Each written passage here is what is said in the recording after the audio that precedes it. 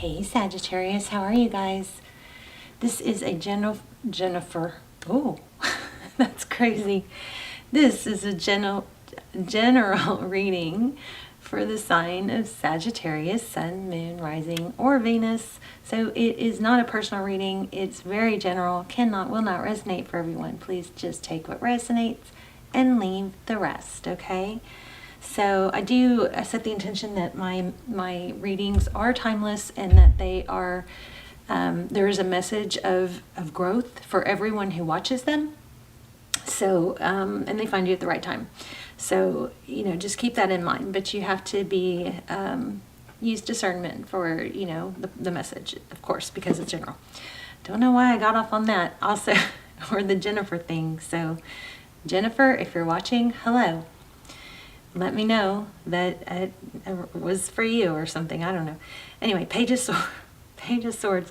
Here's what it looks like. This is pre-shuffle. We're going to lay out a spread. But it looks like somebody's watching you.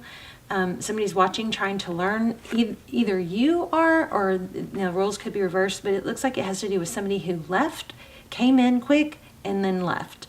Or somebody that came back and you pulled away from. Somebody's watching. Okay? Learning. And I think the situation that didn't work out, the vibe I'm getting is it didn't work out because there wasn't enough growth or movement towards stability, or almost even like personal growth, or soul growth. I don't know, something like that, but we'll see. And I got that because of this Hangman. So it was like there was a return, but then it wasn't different, or I don't know, something like that. So anyway, how are you? Hope you guys are well. Thank you so much for watching. So you got 6 of Coins, Generosity, King of Swords. It feels like somebody what I'm picking up on is it feels like there's a lot of giving, but someone else seemed just like unfazed by the giving. And I'm wondering, because I'm getting these swords, I'm wondering if one person in this dynamic has like maybe an anxious attachment style where they want to prove their worth and they give, and the other one has an avoidant attachment style, whereas they trigger you. Those two attachment styles will trigger each other because the anxious attachment person will want to feel security. They need to feel security, fear of abandonment, and this avoidant attachment person could, I know this is getting really deep for a pre-shuffle, but this avoidant attachment person is deep down afraid of believing or being let down. So it's kind of like the insecurities may be the same, but they manifest in different ways. This person may avoid attachment or diving into soon. They do want that deep connection, but it takes them longer to get there. And so, which is uncomfortable for the anxious attachment person, because the anxious attachment person views any little sign as, oh no, they're not into me, or they've got one foot out the door, or whatnot. But really, it just takes time for the avoidant attachment. This is crazy. I've never talked about this in a reading before. It takes time for the avoidant person to, months before they're ready for something secure and to where they fully give. But a lot of times those avoidant people, when they do finally give, they give. They really do get there. So it's like there may be something along those lines causing bumps in the road or a lack of, fluidity, because it's triggering each other. Of course, twin flames trigger each other too, but I'm really wondering how many twin flame scenarios have real strong opposite attachment styles that are triggering each other. Okay, so here's Hermit. I say, there's swords again. Yeah, somebody pulls back. But see, a lot of the problem here is, now I'm not talking about, of course, if this is somebody that's never given, and I'm not saying that you're supposed to stay in a situation that's not, that brings you down or isn't healthy, but somebody pulls back. And it seems cold and hurtful, but it's because they need to adjust to those feelings at a different pace. So here's Ten of Swords. Somebody pulled back. There's a painful ending here, but I'm still not feeling like everything is, you know, what it seems. All right, so your energy is Strength card. That's beautiful. Being strong, balancing the line in the line in the land. Page of Coins. You're strong and able to communicate. You know, when two different attachment styles get together, it's hard, and it's like there tends to be like a lot of blame, but it's really, there's just a major, you know, like misunderstanding, and avoidance can't always communicate very well. This looks like you're a very big communicator. Yeah, avoidant. Look at that. And I think it's, somebody's going crazy because of someone else's avoidance. And the more you push or try to talk, the more defensive or withdrawn they'll become. But here's the good news. If two people are willing to be aware and understand how to help each other and what triggers each other, that's a big healing thing. So you may need to look into attachment styles. Okay, so World card. A cycle completing. I think it's easier for someone here to kind of bail on the situation rather than get their hopes up. That's what it stems from. But you got this person, if this is your person at the bottom, they've got 10 of Cups. So this may be because of a situation that they've been in, that they lost, or family, where like it's easier not to have the full happy family, 10 of Cups, happy wife, happy life scenario, because then you know, kind of makes you risk.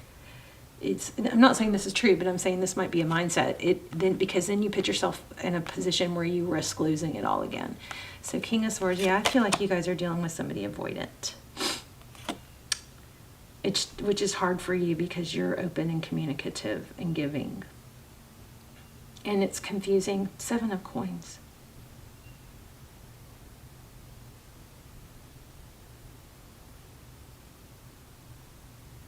Interesting. So in the past, it looks like there's this is a very clear reading. It looks like there's an element of somebody waiting patiently, which is probably taking you way out of your comfort zone, because that's not really typically, you know, Sagittarius. But King of Swords, somebody that there's like, it's like, you know what I just got? It's like, why can you be so successful and so deliberate and so normal with everything else in your life, but then when it comes to me, I get, you know, it's kind of like the short end of the stick type feel. But look at what's up next. Palace of Coins, 10 of, oh my gosh, this is moving forward.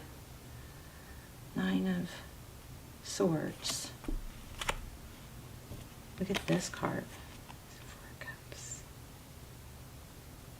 So Sagittarius, I think there's a strong need to just, you know, be patient, focus on your other stuff. If you can't deal with this type of attachment, just be aware that it's an attachment issue. Sometimes what I find is that when people figure out what the issue is, and it's not that they're being discarded, or it may show up as being discarded, that may not be good enough for you, but whether it is or it isn't, whether you can deal or not deal, just knowing and understanding takes away a lot of the pain and discord and upset about it. So this is this 9 of Swords is like almost a painful ending, but no, it's not. This is not over. In fact, it looks like it could progress. Now, of course, you never put yourself in a position to wait or be sad and lonely waiting for someone. You always work on your pentacles and your other areas of your life. The entire, like the trick to dealing with it and getting over it or moving past it, or, you know, just being able to handle it, is always taking that upset and that energy and putting it back into yourself. Finding those things that give you joy out, and internally. It's like there's for an anxious attachment, the name Jennifer just came back to me. So, and I don't know a Jennifer, so just FYI for somebody that might be relevant. But the thing with that, I don't know a whole lot about attachment styles, so this is kind of strange that this is coming out, but for an anxious attachment person, it's painful because they feel discarded or whatever. But the problem is that like an ancient attachment person could, not everyone, depends on the severity, but could define their self-worth depending on what that other person thinks of them at the moment. So if things are going well and they're texting you constantly, this is just an example, then that person you'll feel happy and satisfied at that moment. But then even later in that day, if you hadn't heard from them, then the mind can play games and go to things like, oh, now they're mad at me, or oh, I said the wrong thing, or oh, I text too much, or it's kind of like how I feel about myself depends on how you feel about me at that moment. And that being aware of that will help you realize that it is not something you can put on someone else. So that just makes you, and it comes from parenting and childhood stuff, but it makes you realize that you're seeking your happiness and your validation outside of yourself. And that is not ever going to be, if this is a severe issue, then definitely get counseling for this, because you can, it's such a blessing that we even know about this now, because then we can, understand it and feel better about it and work towards it. But there are processes and there are ways to deal with it and feel, and not rely on how that other person feels about you at that moment to determine how you feel about you. Okay, we got to work on you feeling about you a certain way that doesn't depend on that other person. And a lot of times that stems from not having enough going on in your own life or being sidetracked from it. So if this is probably just for very few people, but if this is resonating with you, then when you have time, don't let it take away from your work and your other stuff, but look into that, see if it resonates, maybe get some help with that. But the other thing is, take the focus, even if it's hard. I know it's hard. Take the focus off of the person that you're trying to get validation from and put that energy into things you can do. Go to the gym, exercise, get sun on your face, balance your hormones by getting morning sun on your face, not having bright lights in your eyes at night, stuff like that. Hormones can really get out of whack when we don't do these, healthy habits. But this does look like there needs to be, or there is, or there will be, once you do it, forward motion big time in an overall happiness. But this Chariot looks like you've got the wind beneath your sails now, but you might have to just really go for it and put some energy to it. But this has a definite beautiful outcome. Possibility, people can get off track. And literally we can take the wrong path if we can stick to it. Or we can always course correct and go back to the path that we're supposed to be on. And I promise you, your path is not supposed to be where you rely on someone else for happiness. Okay, your path is never supposed to be that. It's never supposed to be, I can't be happy without this person. That's not your fault. It is an anxious attachment style. And I have experienced it, and it's not good. Look, I can release my need to control. This is so powerful. And oh my gosh, so powerful. I accept responsibility for my own well-being. How about that? Let me read that one, because that kind of goes back to this. It will feel your mind may trick you into thinking I'm no good, because it's basically you didn't get fed and supported in some area as a child. And it doesn't mean your parents were bad, but there's something that didn't, somehow, somewhere, you developed something, if this applies, something that made you think that you were only good if you had outside validation, and that you haven't gotten past that yet. So that just is something that, can be worked on. But let's see what this says. It says, It's so easy to give, oh my gosh, this is so exactly what this reading said. So surrender or can release the need to control and blame. It's so easy to give away the power to transform your life. Certainly there have been people along your path who have shaped you into who you are today, but you are solely responsible for your own happiness. The ego can be very frail, and if it comes under fire, the first instinct is to blame an outside force. Victim consciousness weakens the connection that you have to your soul source. This mindset says, I don't have the power inside myself to break free because someone else's power is stronger. But that is an illusion. When you believe that someone else is responsible for your problems, that belief is the problem. Personal responsibility can empower you to change your reality. Lasting transformation always begins on the inside and works itself out. There is a difference between a reason and an excuse. So it doesn't invalidate anything. It just says it doesn't matter. It says, yes, it can be those things. You can have, they're reasons, but they're not, the reasons and excuses are different, okay? So a reason is valid and unavoidable. An excuse is an attempt to shift blame. That was pretty powerful, wasn't it? Let's see. Let's get another growth card. This is kind of crazy. I've never had a reading like this. So maybe I need to learn more about. You guys let me know how this resonated and if attachment styles is something that, you know, you'd like to touch on more. Okay, so why? Sometimes this why card reminds me to start with the end in mind, figure out your why. Why do you want to do the work? Well, not because you feel really like doing the work, or not because you really like doing 100 sit-ups or whatever. You do it because of the why. You find the why. And my why is often my daughter. Let's see, number 31. 116.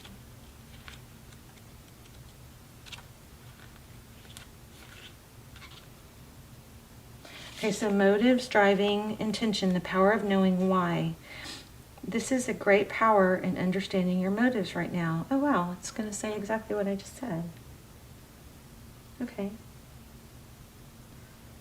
The oracle asks you to be very clear about why you're asking the question, looking for the answer, behaving this way, and most importantly, making a choice. Knowing your why is the key to fulfillment. When you're clear about it, your intention will then be a magnet for miracles. Motives define the nature of your experience. When you think about something, feel it, and then act on it.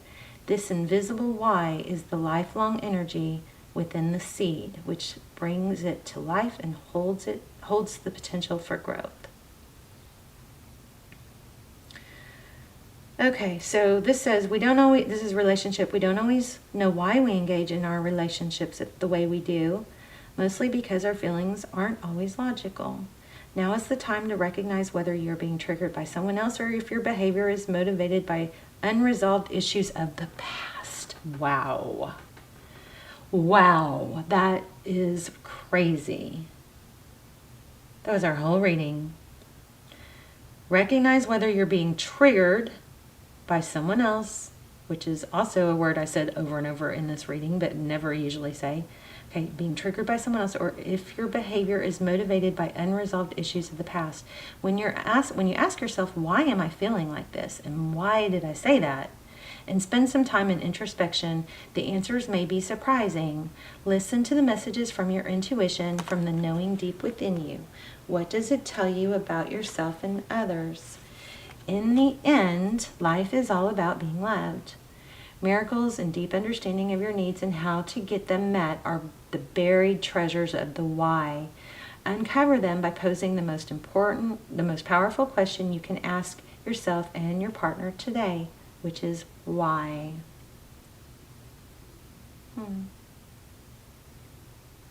There you go, you guys. Wow. Let's talk in the comments, you guys. Please let me know how this resonated.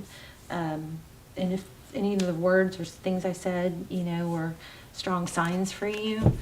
And I love just to hear, just when you guys tell me where you're watching from, I love that too. So I love you guys. I am praying for you. I hope you're subscribed and included in all my intentions. And I guess that's it. I love you so much. I'll see you soon. I'll see you in the comments. Bye, Sagittarius.